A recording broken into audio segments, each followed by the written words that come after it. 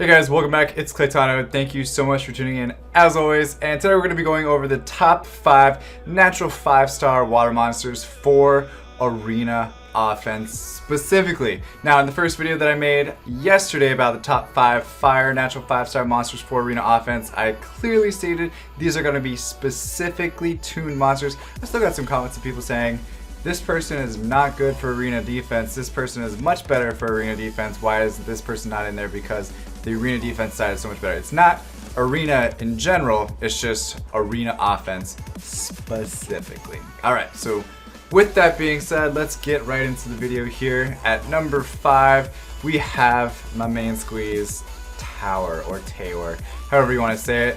Now this is the Water Chimera, and here's the reason why he is in the top 5 arena offense monster list for water monsters specifically, because he has this crush skill. Okay, attacks the enemy and freezes the target for 1 turn. Additionally, this attack will attack all other enemies, dealing half the damage of the initial attack and decreases their attack speed for 3 turns. So not only does he do some pretty big damage on his third skill, but also it's AoE, so it spreads out throughout the entire rest of the enemies. Now he has his second skill, which is Squall, and it actually deals damage based on his max speed, and of course the more attack, crit damage, crit rate he has, the more damage it's going to do as well. And what makes this so good is that he can use it once every other turn. So he uses this once, this next, this once, this next, this once, and it just kind of goes right back and forth between all of his skills, and he's always using something that's gonna mess your team up. It's best if you use him with like Galleon. Of course, Galleon's like, if you don't have Galleon, I mean any other defense breaker, any other AoE defense breaker that you could possibly find, and then some sort of buff stripper or a couple other nukes to go well with the Galleon, and then of course put him on Will so that way he has some protection and can at least take turn 1 and not get defense broke and nuke down turn 1. Alright, so we spent a little bit more time talking about him than I wanted to, especially I'm supposed to spend like about 2 minutes. Maybe that was 2 minutes, I don't know. So we'll move on to number 4 here. Number 4 is Poseidon. So look at this guy.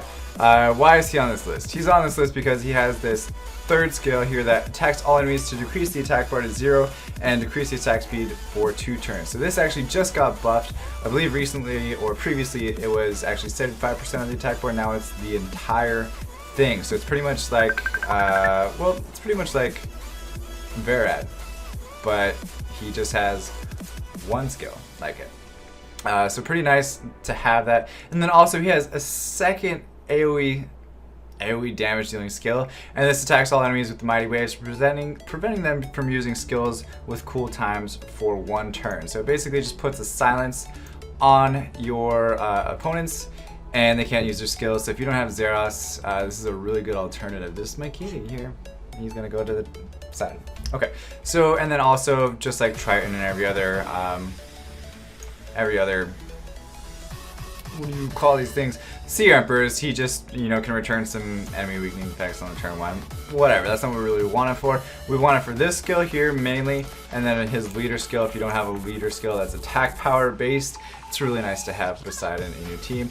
This is kind of the same thing as Tayor. You want to build him with Galleon, a buff stripper, maybe another AoE nuker, and that's your best bet. Alright, moving on. Kind of mentioned it previously in this one, but this is going to be Verad is the next best monster, number 3 on the list for arena offense, and it's only if he's built with defense damage dealing traits. So he does damage based on his max defense for both of his skills here, his third skill and his second skill. So you really want to build him defense, crit damage, defense, and then just boost that as much as possible. So basically the reason why he's in this list is because he's tanky for 1, but he also can set the enemy's defense or set the enemy's attack bar to 0, and it also freezes them for a turn. So it's like Poseidon on steroids, and that's why he's in here. And then it also has another freeze on his turn 2 skill or his second skill, and it's just, if you have the enemy locked down for that much, you're gonna be, it's going to be a lot easier to win. I would pair him up with a defense boosting monster, maybe Megan, something like that, along with the AoE defense break monster. Galleon's not as important for Verad, however, the defense break, the AoE defense break, that's like not a chance of glancing, is always amazing to have, but not a necessity for Verad. Alright, moving on to number 2, the number 2 arena offense water monster on the list, and that's none other than Alicia. So Alicia's gotten so good. She also got a buff. Why she got a buff, why she needed a buff, I don't think she needed one. But the buff was that it turned her second skill to deal damage according to the proportionate speed of your enemy.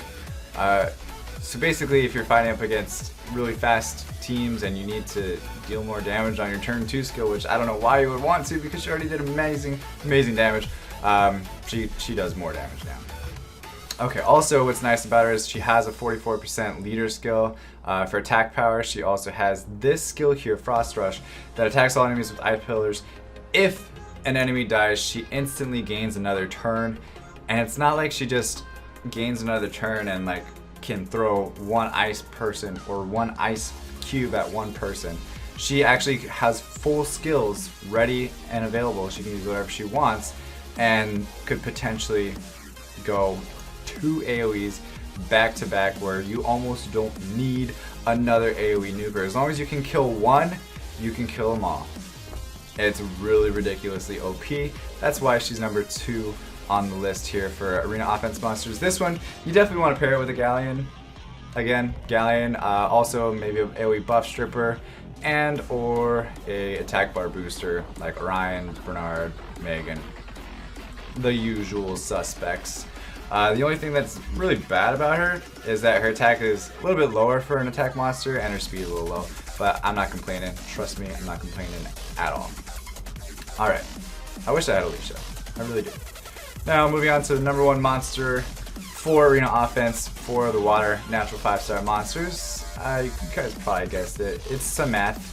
And the reason why is because a lot of people are running speed defenses right now, so if you want to combat with that, you have to have this 33% speed leader skill. Okay, so you can pair it with a Bernard, boost your team up by 33% speed, and you can really like match the speed of anybody else. As long as your runes are up to par with the people that you are fighting, then yes, you'll be right there with them. So not only does he have this amazing leader skill that only 2 other monsters in the game have, he also has this second skill. So the second skill is pretty OP.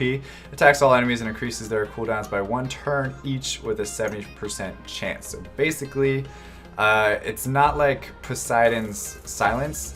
It's an actual reset skill like Zeros that can't be removed. So if you try to remove it with like a Beladriel or some type of cleanser, it's not going to happen because it's actually just reset the skill and you can't use any of your skills for 1 turn. Pretty OP. Okay, but if that's not OP enough, let's go to the first skill, okay? Just in case you happen to maybe miss one of your AoE buff removes and you need to make sure that you hit that monster because it's a very important monster to kill if you want to win your fight. Then you look at Serenity and it says, oh, okay, well, I mean, I got Samath here on my team anyway, might as well use the first skill so that way my Galleon can go and then my AoE nuker can go right after that as well. It attacks all enemies 2 times and removes beneficial effect with a 30% chance on each strike. It really seems like you're pretty much going to be removing the beneficial effect. And then also the stun rate when he's built on Despair is uncanny. It's amazing how often he can just remove buffs and stun all in the same turn very, very often. Very often. It happens a lot. And then, okay, so that's not tickling your fancy just enough. Let's talk about his passive skill. And I mean, you guys already know his passive skill. It goes back to the elemental realm at the moment of death and returns with 30% HP. The activation of Rageful Return deals significant damage to all enemies. You guys all seen it before. You kill the Samath, he comes back, womps on you bitches 1 time. He just got murked. He got murked. So if he's on Nemesis runes, it boosts his attack bar up. So he dies, boosts his attack bar up, comes back, womps on you bitches one time, then overwhelms on you bitches a second time, and you're pretty much dead. Or you're stunned. One of the two. It's pretty cool. It's pretty neat. So I was wondering, just for funsies, with the buffs that have been going on recently, I was like, well, we might as well just give Samath, anytime he revives from his passive skill, he revives with his skills fully reset, so that way he can just die, come back to life, die, come back to life. I'm just kidding though. That's just a joke. It would be a broken monster. You wouldn't be able to kill him, basically. Anyway, so enough joking around there. He's the #1 monster for arena offense. He's actually the number one monster for a lot of different things in the game.